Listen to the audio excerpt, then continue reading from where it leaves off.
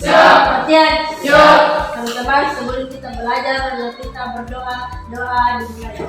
Bismillahirrahmanirrahim. Rabbi zidna ilman warzuqna fahman. Amin. Baik, sebelumnya saya ingin absen dulu ya. Anita, hadir Bu. Ardian Sali, Hadir Bu. Ariska Yanti, Hadir Bu. Fatin Syahira, Hadir Bu. Delta Dias, Hadir Bu. Fakir Rasul, Yusti, dan Bu Charlie. Jadi alhamdulillah hadir semua ya. Iya, Bu. Sebelum kita mulai pembelajaran, saya mau tepuk-tepuk dulu. Ingat kan caranya? Oke. Tepuk 1. Tepuk 2. Tepuk 3. Tepuk 4. Tepuk 5. Tepuk fokus. Mendengar, melihat, mengingat, fokus. Oke, jadi saya harapkan semua fokus sebelum kita mulai pembelajaran, fokus dari awal hingga akhir pembelajaran ya. Ibu. Oke, baik, karena tadi sudah semangat, jadi saya harapkan juga semangat untuk menjawab soal-soal yang akan ibu berikan. Ya.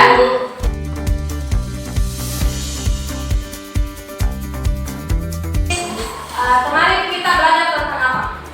Di bagian muatan atom, muatan listrik. Ya, jadi kemarin itu kita telah melakukan percobaan. Ada percobaan kan yang kita lakukan? Ibu. Kesimpulan dari kemarin itu bahwa dua benda yang bermuatan yang sejenis maka dia akan saling berlawanan. Nah, kalau muatannya itu saling tidak sejenis maka akan saling. Nah, untuk hari ini percobaannya itu hampir mirip dengan yang dilakukan kemarin. Cuman bagaimana jika jarak yang diberikan antara sedotan A dengan sedotan B yang dilakukan kemarin itu mengalami perbedaan ataupun lama menggosok dari yang kemarin percobaan kemarin, apakah itu ada perbedaan? Nah, itulah yang akan kita pelajari hari ini.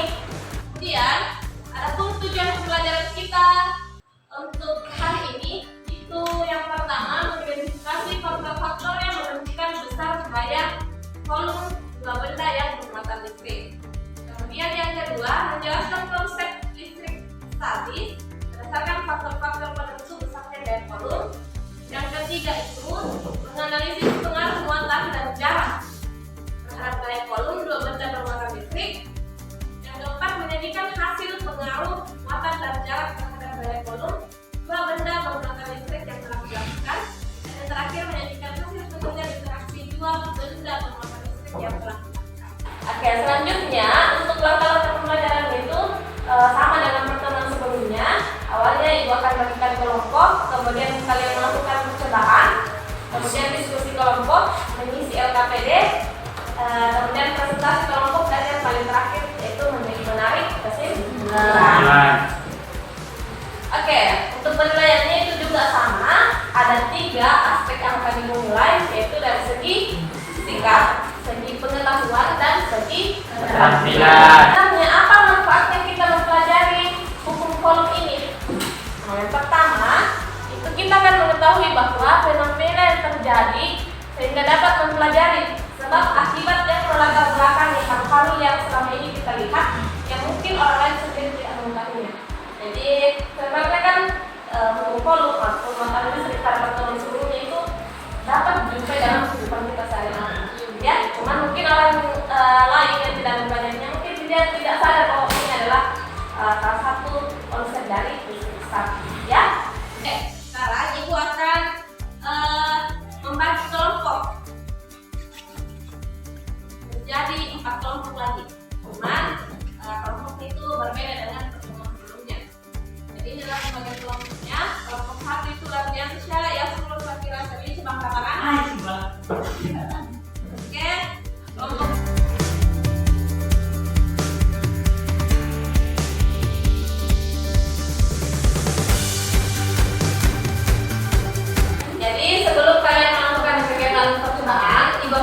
menyampaikan LKPD.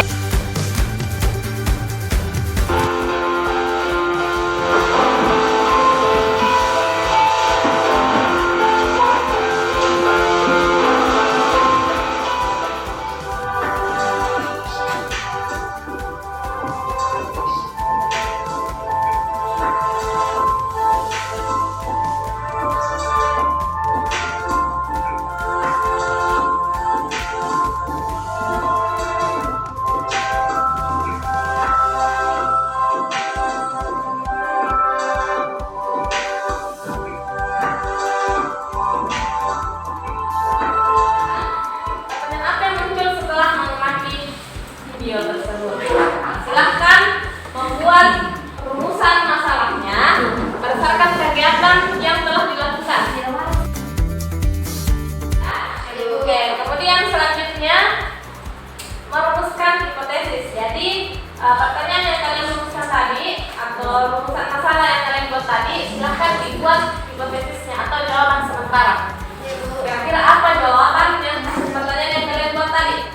Silakan ditulis di LKPD-nya.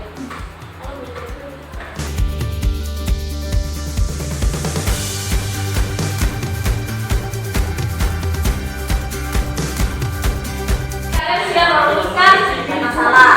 Nah, dan kalian juga telah melakukan hipotesis. Nah, kira-kira apakah rumusan hipotesis kalian itu sesuai ya? Nanti kita akan melakukan percobaan. Oke, jadi untuk sekarang kita akan melakukan percobaan berdasarkan kegiatan dan arahan yang ada di LKPD-nya, ya.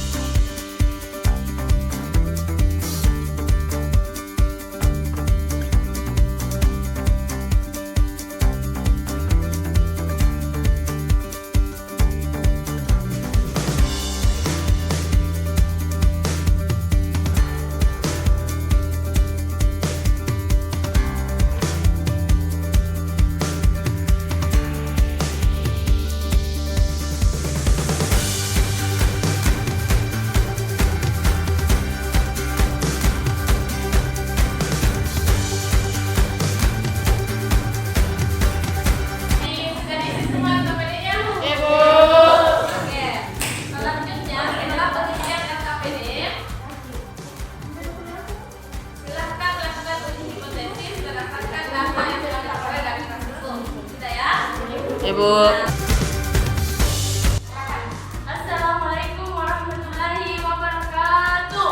Waalaikumsalam warahmatullahi wabarakatuh. Berdasarkan pada tadi satu, bagaimana kuat interaksi kedua sebutan dengan adanya perbedaan jarak. Semakin dekat jarak kedua sebutan, maka semakin kuat pun interaksinya. Namun semakin jauh jarak kedua sebutan, maka semakin lemah pula interaksinya. Bagaimana kuat interaksi kedua sebutan dengan gaya berbeda waktu. Semakin sebentar waktu menggosok sedotan, maka semakin lemah interaksinya.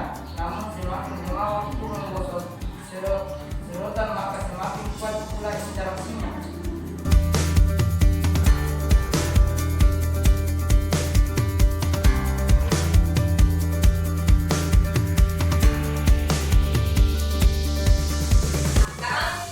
Untuk keseluruhannya, apakah hipotesis kalian telah sesuai dengan percobaan yang ada? Sesuai ya?